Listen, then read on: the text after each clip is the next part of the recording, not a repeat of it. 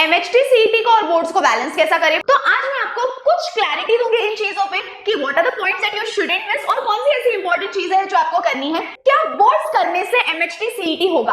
तो आपको क्या करना है, ये ओवरलैपिंग टॉपिक्स पहले कवर कर ले। Do these 5 chapters. अब why should we focus on concept clarity? सबसे important question, ma'am how do we bridge the gap? Build this habit अभी से, तो इवन बोर्ड्स के पेपर तक try to do this. Hi बाळांनो, welcome to our channel Vedantu Maharashtra.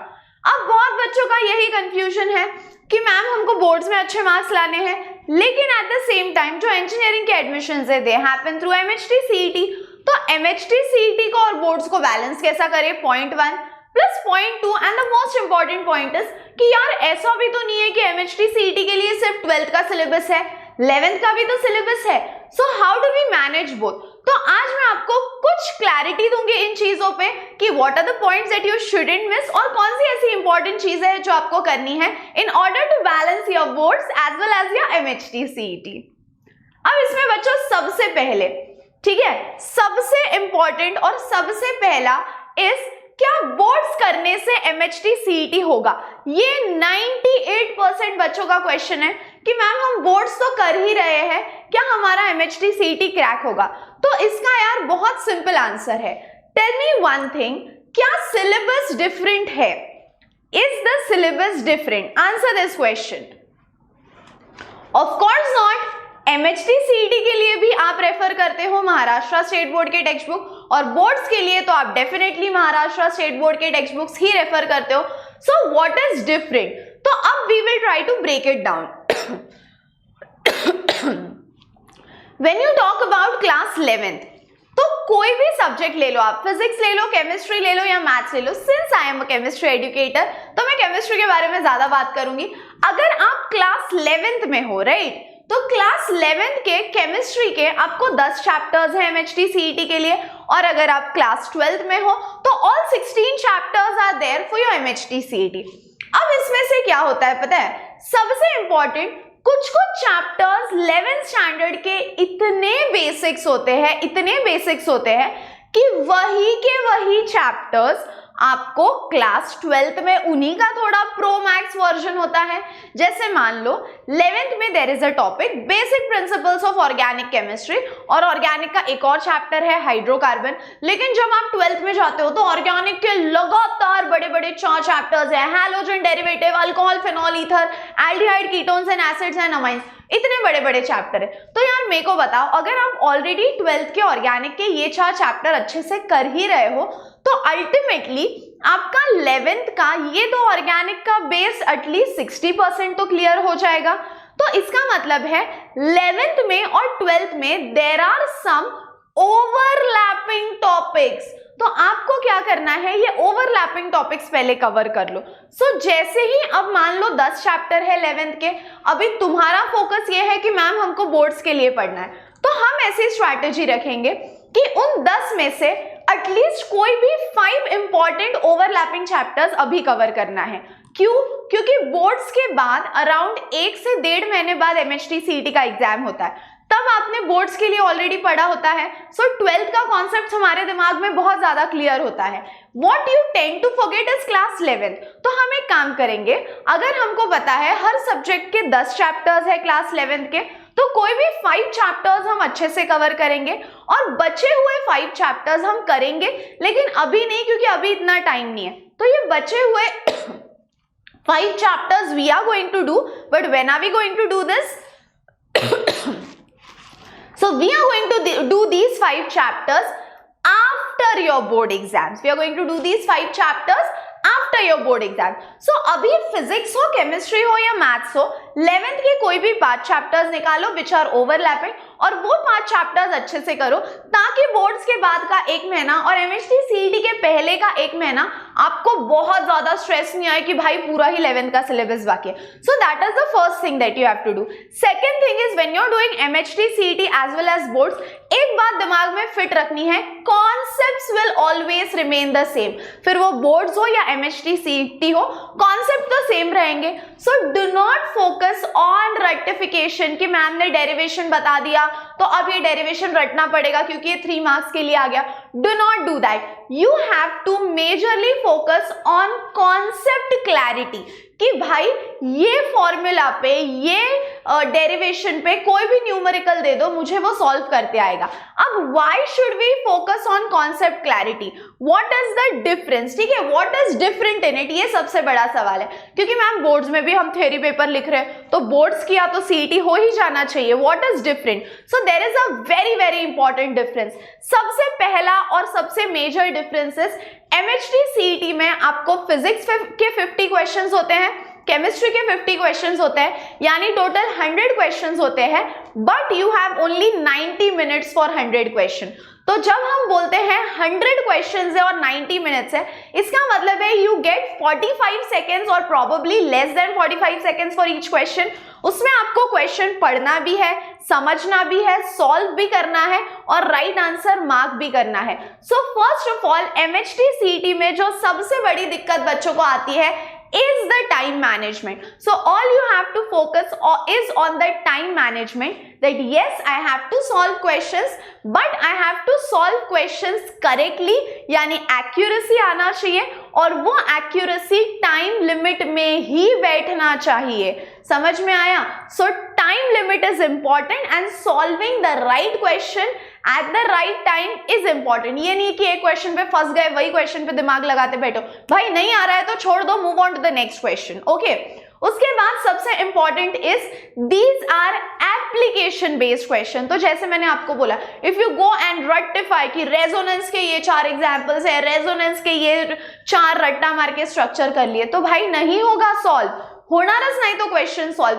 का नाही होणार? कारण जर तुम्ही ऍप्लिकेशन बेस्ड करत नाहीये तो कॉन्सेप्ट इतका चांगला समजून घ्या, इतना अच्छे से वो कॉन्सेप्ट समझ लो कि उस कॉन्सेप्ट के अराउंड कोई भी क्वेश्चन आए तो वो सॉल्व होना ही चाहिए। Do not sit and rectify the questions. We are science student. Our foundation is built on understanding and not on rectification. रट्टा मारा तो सीईटी का एक भी क्वेश्चन सॉल्व नहीं होगा। सो एक फॉर्मूला पे 10 अलग टाइप के क्वेश्चंस करके देखो ताकि आपको समझेगा कि आप वो फॉर्मूला को किस तरीके से मॉडिफाई कर सकते हो। And then the last and the most important thing is boards is a theory paper. जैसे मैंने आपको बोला, सीईटी में अगर आप कोई क्वेश्चन सॉल्व करते हो, 2 ही चीजें हैं, या तो आपका आंसर करेक्ट है या तो आपका आंसर रॉन्ग है, कोई आपको वहां पे आधा मार्क नहीं देने वाला। लेकिन बोर्ड्स में जब थ्योरी पेपर होता है, भले ही आपको उसका आंसर करेक्ट आंसर पता नहीं है, but if you write anything around that concept, teacher दया खा के आधा मार्क तो दे ही देगा, बराबर है। So there is a possibility of you getting half mark या 3 में से 2 मार्क्स दे दिया। बट सीईटी में either your answer is right और either your answer is wrong, so it's not a theory paper.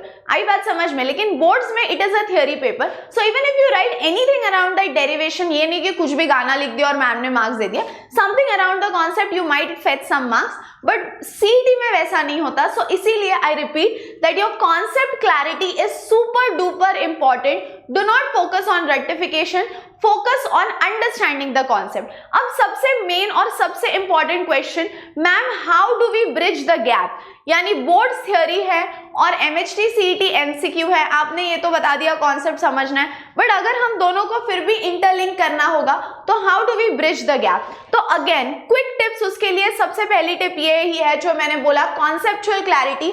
आप वो कॉन्सेप्ट समझो और फिर ऐसे just do this activity, because I used to do this और ये हेल्प करती थी। ऐसे समझना है कि आपके सामने कोई बैठा है, मान लो बैंकिंग ऑफ फ्रॉड का कॉन्सेप्ट है, and you are trying to explain it to the person कि यू नो व्हाट, ये कॉन्सेप्ट ऐसा है वैसा है वैसा है। क्योंकि जब आप कोई चीज किसी को एक्सप्लेन करते हो तो आपके दिमाग में भी क्लैरिटी आती है, कोई डाउट्स होंगे तो वो भी डाउट्स रेज होंगे, और आपको भी उससे रिलेटेड कुछ चीज क्लियर नहीं होगी तो वो भी आपके दिमाग से ब्लॉक निकल जाएगा। So try doing this activity whenever you understand any concept और अंडरस्टैंड एनी डेरिवेशन। ऐसे समझो कि मेरे सामने कोई बैठा और उसको एक्सप्लेन करने का ट्राई करो। उसके बाद यूज सीईटी स्पेसिफिक बुक्स। बच्चों को मैंने देखा है कि सीईटी बोलकर जेईई का बुक लेके आते हैं या कोई भी बेसिक पब्लिकेशन लेके आते हैं जिसमें बहुत ही लो लेवल क्वेश्चंस होते हैं। Don't go for very hi fi publication, don't go for a publication which has like very basic questions in it, ये सब मत करो। what you have to do is, सबसे important, purchase a CET book which has previous year questions in it, क्योंकि previous year questions are the guide। तो उस guide में आपको बहुत सारी चीजें समझेगी, because when you solve previous year questions you are going to solve a variety of questions. So stick to a book which has previous year CET updated questions. And third and most important चीज है mock test. जैसे मैंने बोला CET is a time based exam. आपको कोई भी question 45 seconds और less than 45 seconds में सॉल्व करना है.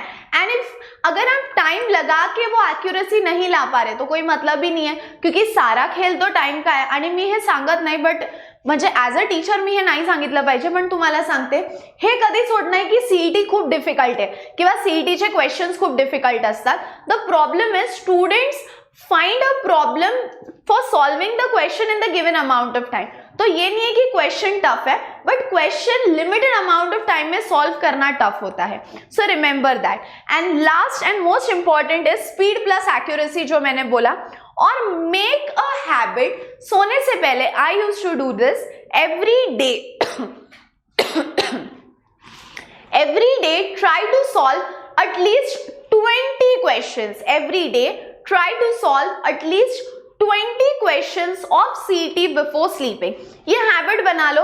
और 20 मिनट का, मैं ये नहीं बोल रही कि 20 मिनट से कम टाइमर लगाओ, 20 मिनट का टाइमर लगाओ और 20 क्वेश्चंस करो. सो एटलीस्ट 20 मिनट्स में 20 क्वेश्चंस करने का आदत लगाओ, विच मीन्स 1 मार्क या 1 minute for every question. So try to build this habit right from now. अगर आप क्लास 11th में हो तो इससे बेटर कोई चीज नहीं हो सकती है. क्यों? क्योंकि you are starting way very early.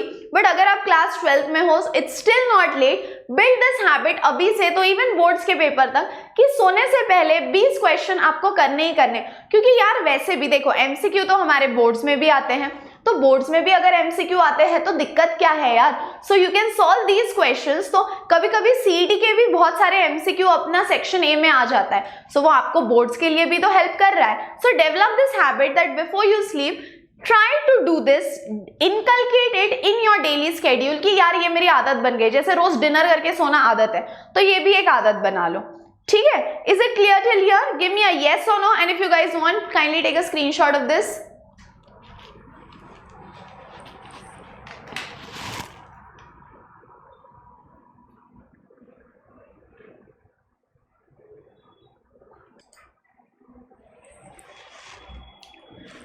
And before going, everyday reminder, जर तुम्ही अजूनही MB-SAT साठी रजिस्टर नाही केलेलं, which is the mega Vedantu scholarship admission test, तर वेट कशाचं करताय, link is in the description. Registration एकदम फ्री आहे.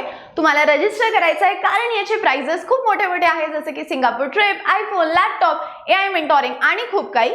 तर रजिस्ट्रेशन फ्री आहे कारण तुम्हाला तुमची एक इंडिव्हिज्युअल मार्कशीट भेटणार आहे, विच विल टेल यू की तुमचे स्ट्रेंथ्स कोणते आहे, वीकनेसेस कोणते आहे, what type of learner are you. तो it is 100% going to be very very useful for you. So if you have not yet registered, फटाफट जा रजिस्टर करा. Link is in the description box. And see you in the next video. मला सांगा next video MHT CET असो किंवा boards असो कशाशी related पाहिजे, आणि भेटूयात नेक्स्ट व्हिडिओ में. तब तक हंसते रहो, खेलते रहो, खुश रहो, be positive, keep smiling. Bye bye.